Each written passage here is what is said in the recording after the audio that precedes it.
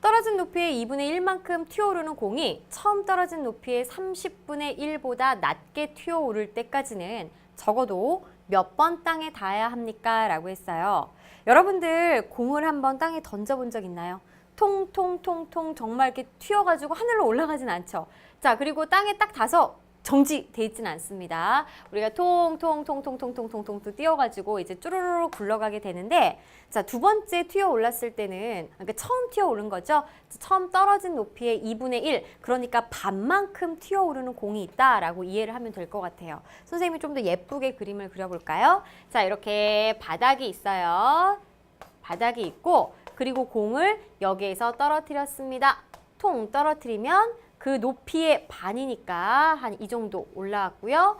또 한 번 얘는 떨어졌다가 그 높이의 반 이 정도 올라왔다가 통통통 이렇게 이제 계속 반복이 되는 공이 있다라고 생각을 해보세요.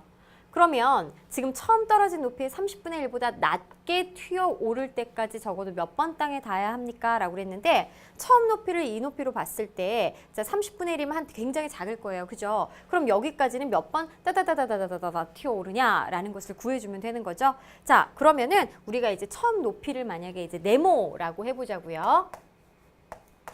그럼 첫 번째, 지금요 얘가 첫 번째로 튀어오른 거잖아요. 처음에는 위에서 던졌으니까. 그죠?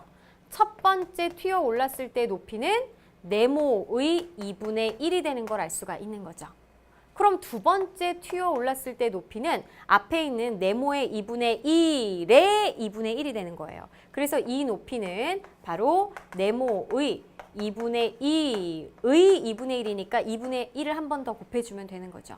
그럼 세 번째 튀어 올랐을 때는 이 높이는요, 앞에 두 번째 높이의 또 2분의 1이니까 네모의 2분의 1의 2분의 1의 또 2분의 1 이렇게 세 번 곱해주면 됩니다. 아, 그렇다면은 우리가 식을 썼을 때 네모의 2분의 1 한 번 곱해주면 첫 번째 튀어오른 높이, 두 번 곱해주면 두 번째 튀어오른 높이. 자, 세 번 곱해주면 세 번째 튀어오른 높이예요. 그럼 얘를 계산했을 때 바로 처음 떨어진 높이의 30분의 1보다 낮게 라는 것은 이 높이가 더 작은 수가 나와야 될 때를 따져주면 되는 거죠. 그죠? 그럼 보세요. 자, 2분의 1 곱하기 2분의 1은 4분의 1. 자, 이렇게 계산하면 4분의 1이고 여기다 2분의 1을 한 번 더 곱하면은 8분의 1입니다. 그쵸? 여기에 또 한 번 2분의 1을 한 번 더 곱하면 16분의 1이 되는 것이고요. 여기에 또 2를 한 번 더 곱하면 32분의 1이 되는 걸 알 수가 있는 거예요. 우리가 분모가 다르고 분자가 1로 같을 때는 자, 지금 얘네들은 단위 분수라고 하는데 16분의 1하고 30분의 1하고 비교했을 때는 누가 더 큰 수? 그래요. 16분의 1이 더 큰 수입니다. 분모가 작을수록 더 큰 수죠. 그럼 보세요. 자, 이렇게 여러 번 써볼게요. 자, 네모 곱하기 2분의 1에다가 2분의 1까지 하면 4분의 1이죠.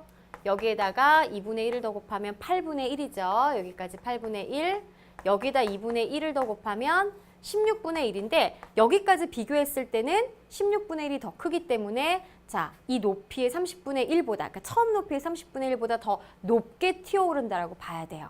그런데 한 번 더 2분의 1을 곱했을 때는 바로 32분의 1이니까 32분의 1과 30분의 1을 비교하면요. 분모가 작은 수가 더 크기 때문에 아, 이렇게 벌어지는 게 맞는 거죠.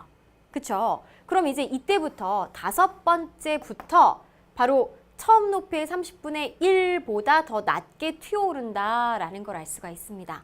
자, 따라서 2분의 1을 몇 번? 하나, 둘, 셋, 넷, 5번부터 이제 30분의 1보다 작아지기 때문에 문제에서는 적어도 몇 번 땅에 닿아야 합니까? 라고 그랬어요. 몇 번이에요? 5번이죠? 정답은 5번이 되겠습니다.